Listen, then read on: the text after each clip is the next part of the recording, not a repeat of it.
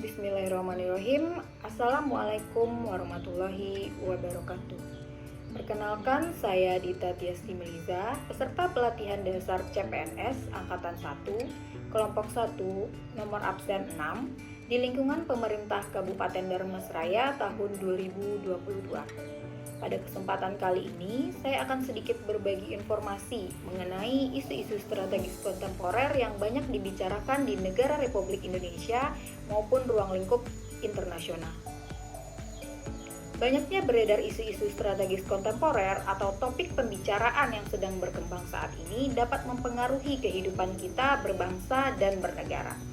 Oleh karena itu, kita harus memahami apa-apa saja yang termasuk ke dalam isu-isu kontemporer strategis yang dapat berkembang di negara kita, negara Republik Indonesia. Baiklah, berikut merupakan contoh dari isu-isu strategis kontemporer yang sering diperbicarakan. Yang pertama adalah korupsi. Berdasarkan Kamus Umum Bahasa Indonesia, korupsi diartikan sebagai perbuatan yang buruk seperti penggelapan uang, penerimaan uang sogok, dan lain sebagainya.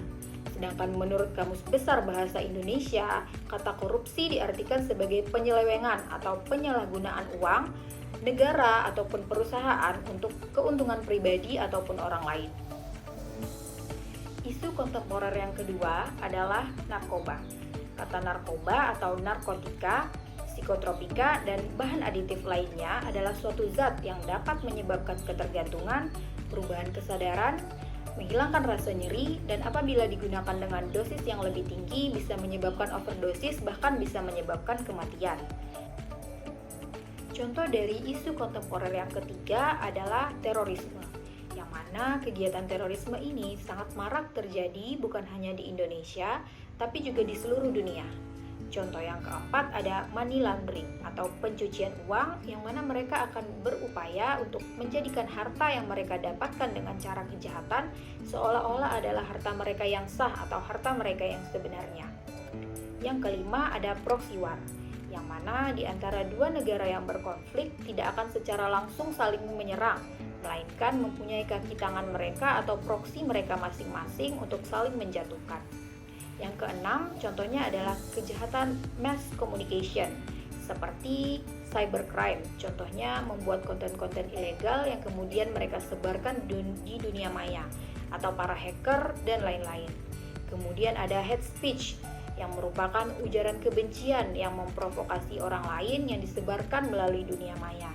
Kemudian ada konten-konten hoax atau konten-konten yang merupakan berita palsu atau yang belum tentu kebenarannya yang disebarkan melalui internet. Oleh karena itu, bagaimana sih cara kita sebagai ASN menghadapi isu dan perubahan yang tengah berkembang pada saat sekarang ini? Cara yang dapat kita lakukan adalah yang pertama, menanamkan dalam diri nilai-nilai berakhlak yang mana terdiri dari berorientasi pelayanan, akuntabel, kompeten, harmonis, loyal, adaptif, dan kolaboratif dengan cara menerapkannya dalam kehidupan kita sehari-hari. Cara yang kedua adalah beradaptasi atas setiap perubahan dengan cara mengembangkan ilmu pengetahuan yang kita dapatkan. Cara yang ketiga adalah menerima informasi dengan bijak, dengan cara selalu mengumpulkan fakta dan informasi yang relevan, mengidentifikasi dan melakukan evaluasi terlebih dahulu kepada orang yang terlibat atas setiap informasi yang kita terima. Jangan menerima mentah-mentah apa yang disampaikan orang lain, terutama dari sumber yang tidak dipercaya.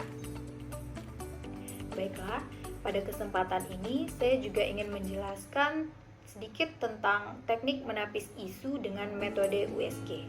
Analisis urgency, seriousness, and growth atau USG atau yang biasa disebut dengan analisis USG adalah salah satu metode scoring untuk menyusun urutan prioritas isu yang harus diselesaikan. Pada tahap ini, nanti masing-masing masalah dinilai tingkat resiko dan dampaknya menggunakan skor 1-5 berdasarkan skala Likert, yang mana 5 itu berarti sangat besar, 4 itu besar, 3 sedang, 2 kecil, dan 1 itu berarti sangat kecil.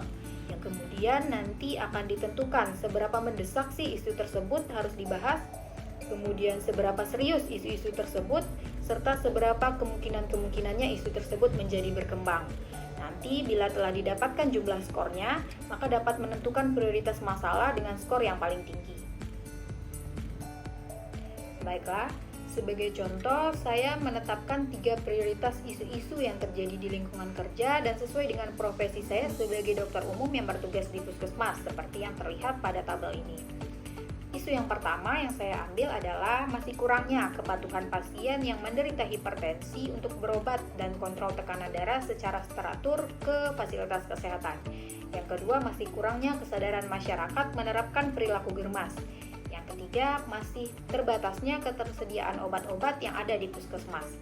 Untuk itu, untuk penilaian USG-nya, saya menetapkan untuk isu yang nomor 1, dari segi urgensinya itu saya menetapkan nilai 5, dari segi seriousness-nya itu juga nilainya 5, sedangkan dari segi growth-nya saya menetapkan skor 5 juga, dengan perolehan atau jumlah skor yang didapatkan adalah 15. Sedangkan untuk isu yang kedua, dari segi urgensinya itu didapatkan skor 4, dari segi seriousness-nya itu didapatkan skor 5, dari segi growth-nya itu didapatkan skor 4 dengan jumlah skor 13. Sedangkan untuk isu yang ketiga, itu didapatkan skor urgensinya 4, seriousness-nya 5, dan growth-nya 5 dengan jumlah 14. Dari ketiga isu-isu ini didapatkan prioritas pertama adalah isu yang nomor 1, yaitu masih kurangnya kepatuhan pasien yang menderita hipertensi untuk berobat dan kontrol tekanan darah secara teratur. Untuk prioritas yang kedua yaitu adalah isu yang nomor 3, dan prioritas yang ketiga adalah isu nomor 2. Berdasarkan range penilaian yang ada dalam analisis USG tersebut, maka isu utama yang akan ditindaklanjuti terlebih dahulu adalah masih kurangnya kepatuhan pasien yang menderita hipertensi untuk berobat dan kontrol tekanan darah secara teratur. Karena dengan menilai dari tingkatan urgensi, seriousness, dan growth sesuai dengan kasus, apabila kasus nomor 1 ini ditunda penanganannya akan berdampak buruk bagi si penderita hipertensi tersebut. Oleh karena itu, dengan menggunakan metode USG ini dapat memudahkan kita untuk menganalisis beberapa masalah yang kita dapatkan untuk kemudian dikerucutkan kembali untuk mendapatkan isu prioritas yang harus diselesaikan terlebih dahulu. Mungkin sekian yang dapat saya sampaikan pada kesempatan kali ini. Terlebih dan terkurang saya mohon maaf. Tetap semangat untuk Indonesia yang lebih maju. Assalamualaikum warahmatullahi wabarakatuh.